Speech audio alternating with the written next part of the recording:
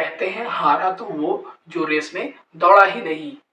इसीलिए हमें हमेशा रेस में पार्टिसिपेट करना चाहिए। मतलब जिसने कोशिश ही नहीं की वो कभी काम ही नहीं कर रहा था। नमस्कार साथियों, हमारे YouTube channel Shiv Shakti study mind पे एक बार फिर से आपका स्वागत है।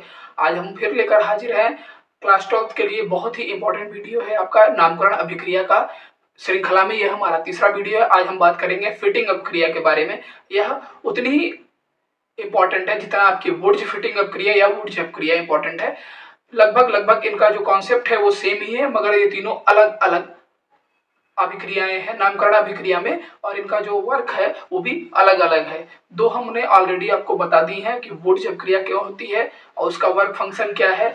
इसी के साथ हमने आपको वुड्ज फिटिंग अभिक्रिया के बारे में भी बताया है। आज हम आपसे बात करने जा रहे हैं फिटिंग अभिक्रिया किसे कहते हैं और इसका फंक्शन क्या है, इसका उपयोग कहाँ पे किया जाता है।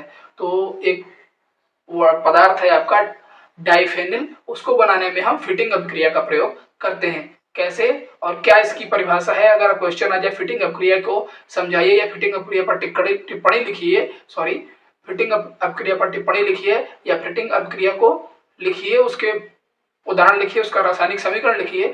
किसी भी तरह से फिटिंग अभिक्रिया अगर आपसे पूछता है तो आपको इतना लिखना है और आपको पूरे के पूरे मार्क्स मिल जाएंगे। आइए देख लेते हैं। सबसे पहले बात करें फिटिंग अभिक्रिया की, तो यह अभिक्रिया की परिभाषा है जब दो एरिल हैलाइड अणु सोडियम धातु और शुष्क ईथर की उपस्थिति में अभिक्रिया करते हैं तो डाइफेनिल बनता है। इसका रासायनिक समीकरण है 2ArX + 2Na। शुष्क ईथर की उपस्थिति में Ar और Ar का बॉन्ड बनता है और 2NaX बनता है, जहां पर Ar एक एरिल समूह है तथा X एक हैलोजन है। उदाहरण के लिए जब हम क्लोरोबेंजीन की शुष्क ईथर व सोडियम की उपस्थिति में अभिक्रिया कराते हैं तो डाइफेनिल बनता है। इसका जो केमिकल रिएक्शन है C6H5Cl, इसके दो अणु, इसको क्लोरोबेंजीन कहते हैं। इसको जब हम सोडियम के दो अणुओं के साथ शुष्क ईथर की उपस्थिति में अभिक्रिया कराएंगे तो हमें C6H5 सिंगल बॉन्ड C6H5 यानी डाइफेनिल और सोडियम क्लोराइड के दो अणु मिलते हैं। इसको हम इस प्रकार से बेंजीन की फॉर्मूले के हिसाब से भी ऐसे लिख सकते हैं। ये क्लोरोबेंजीन का स्ट्रक्चर है, उसके साथ सोडियम शुष्क ईथर की उपस्थिति में इसकी अभिक्रिया कराने पर हमें डाइफेनिल मिला और सोडियम क्लोराइड बना। इस प्रकार से हमने देखा कि फिटिंग अभिक्रिया का प्रयोग हम डाइफेनिल बनाने में करते हैं। इस अभिक्रिया का जो प्रयोग है फिटिंग अभिक्रिया का, वह कार्बन धातुओं के संश्लेषण में किया जाता है। विशेष तौर से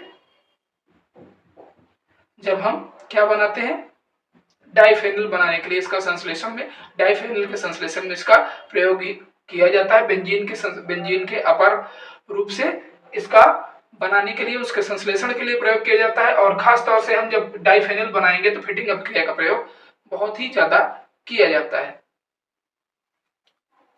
ये रहे दोस्तों फिटिंग अभिक्रिया के बारे में हमने आज आपसे बात की। आशा है आप अभी तक बने रहे होंगे, आपको अच्छे से सरल और सहज भाषा में ये बात समझ में आ गई होगी।